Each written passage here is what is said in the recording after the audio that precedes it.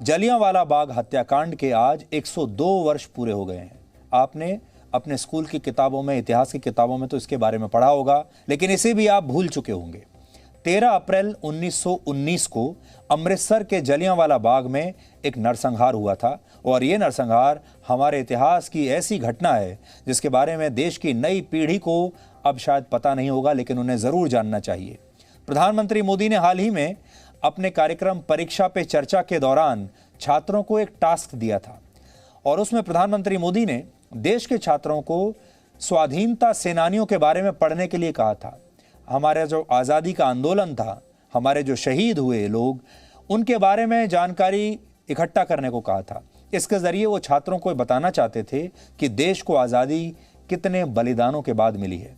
तो जो छात्र इस होमवर्क को पूरा करने की कोशिश कर रहे हैं, उनके लिए हम जलियांवाला बाग से आज एक ग्राउंड रिपोर्टिंग लेकर आए हैं। इस रिपोर्ट में हमने उन लोगों से भी बात की जिन्होंने अपने परिवार के लोगों को इस नरसंहार में खो दिया था।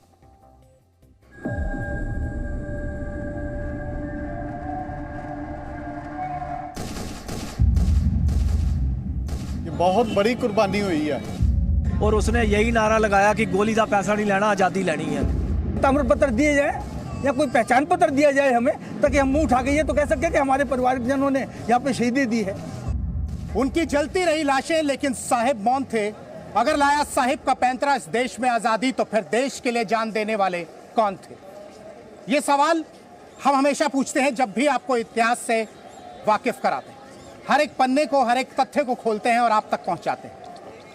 इस बार की कड़ी में आज हम आपको जलियांवाला बाग से जुड़े कई ऐसे तथ्य बताएंगे जो आपने ना सुने होंगे ना पढ़े होंगे।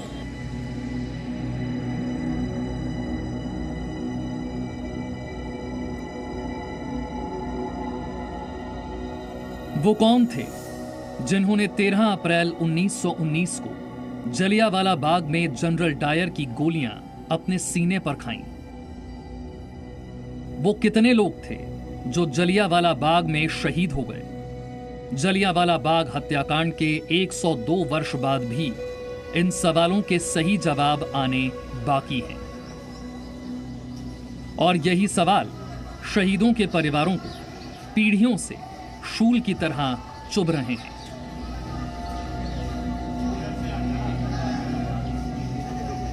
वहां शहीद हुए परिवार के जो लोग थे, वो लोग हमारे साथ हैं। इस समय हम सुनील कपूर के साथ हैं। हम अमृतसर में हैं, जलियांवाला बाग में। बहुत बहुत स्वागत है आपका जी न्यूज़ पर। मेरे लाला वासुमल कपूर ग्रेट ग्रैंडफादर शहीद हुए थे 2 गोलियां लगने से।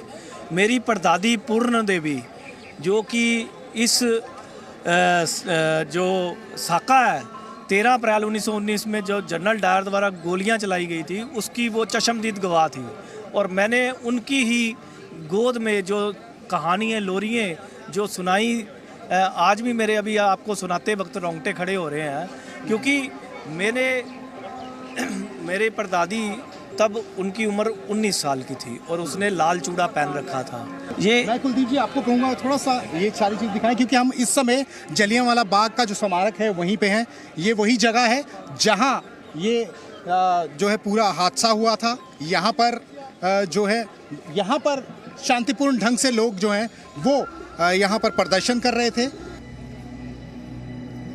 सबसे बड़े शहादत स्थल पर सुनील कपूर ने अंग्रेजों के डर की वो कहानी बताई जो उन्होंने अपनी परदादी से सुनी थी। यहाँ पे एक सबसे बड़ा, मेरी परदादी ने जो बताया कि यहाँ पे एक नाम था उनका, पूरन देवी, उन्होंने, श्रीमती पूरन देवी, उन्होंने बताया कि यहाँ मलका के बुत में यहाँ 2 घड़े रखे गए, एक हिंदू पानी और एक मुसलमान पानी।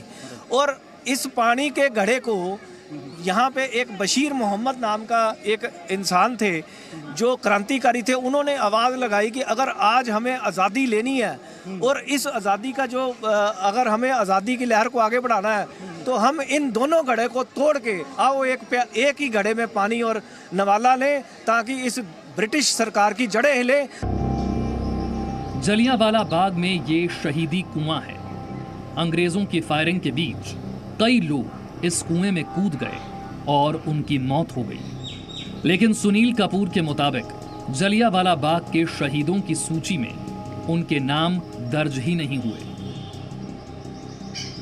इसके अंदर वो कुआं है जहां कूद गए थे लोग। देखिए मेरी हजारों की तादाद में? नहीं, 120 लोगों की बॉडीज मिली थी, लेकिन मेरी परदादी कहती है कि पंडित मदन मोहन मालवीय जी भी आए थे हमारे घर, तो तकरीबन 1500 से ऊपर लोगों की डेथ हुई थी। लेकिन रिकॉर्ड में नहीं लिखा है। रिकॉर्ड में 379 है। वो ब्रिटिश हुकूमत का रिकॉर्ड। बिल्कुल ब्रिटिश हुकूमत इसलिए कि जिसको गोली लगी वो ब्रिटिशर ने ये किया कि जिसको हिट की है गोली उसको ही उन्होंने उसमें दर्जा दिया था कि इतने लोग शहीद हुए हैं। स्टैम्पीड जो हुई जो भीड़ में जो भगदड़ में कुचले गए उनकी कोई उन्होंने कोई भी रिकॉग्नाइज्ड नहीं किया।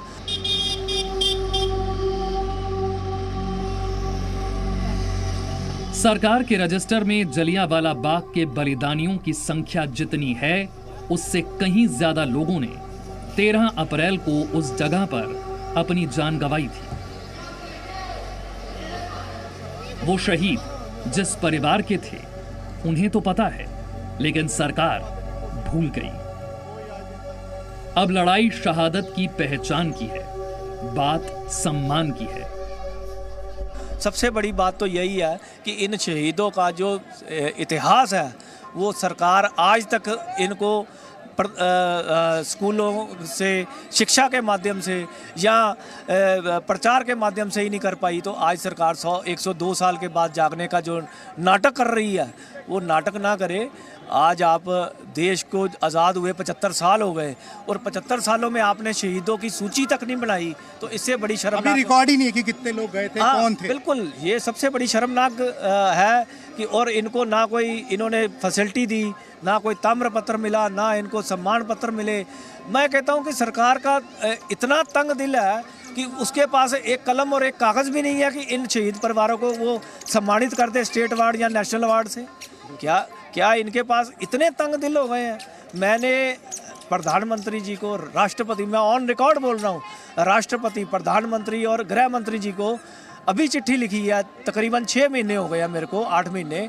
मैंने उसमें ये लिखा है कि अगर प्रधानमंत्री जो 370 धारा तोड़ सकता है, जो राम मंदिर बना सकता है, तो उसके लिए ये शहीदों को सम्मान देने में कोई हिचकिचाहट नहीं होगी। इससे पहले भी आपने लिखी थी? मैंने पहले डॉक्टर मनमोहन सिंह जी को भी लिखी थी। वो तो यही वो 2008 में लिखी थी हमने, तब भी कुछ नहीं हुआ।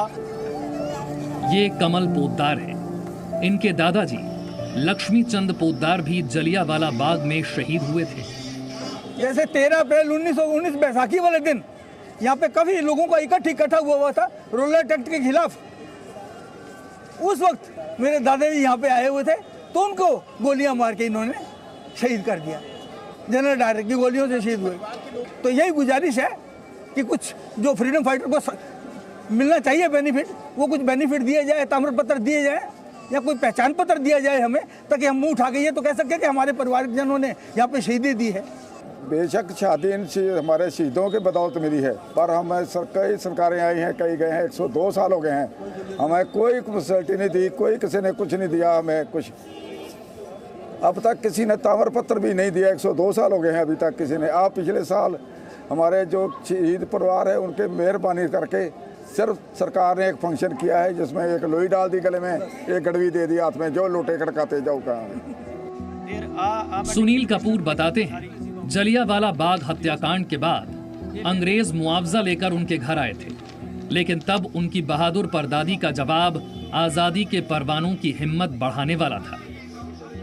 सबसे बड़ी बात तो यही थी कि भी जब ये शहीद हुए लोग, कई शहीदों के लोग, मेरी परदादी बताती है कि रात को ही वो, हम लोग पंजाबी में मंजी कह देते हैं, पलंग लेके आए और अपनी डेड बॉडीज़ को रात को ही ले गए।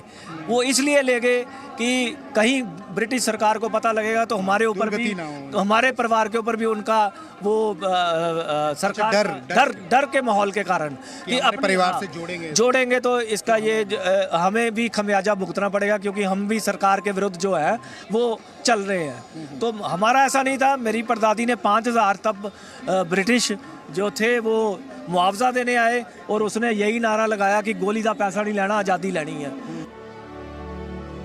ऐसे वीर और वीरांगनाओं का परिवार, जलियांवाला बाग के शहीदों का परिवार, अगर अपनी पहचान के लिए संघर्ष कर रहा है तो ये हमारी व्यवस्था, हमारे समाज और हमारी सरकार की नाकामी है। अमित भारद्वाज, जी मीडिया, जलियांवाला बाग, अमृतसर।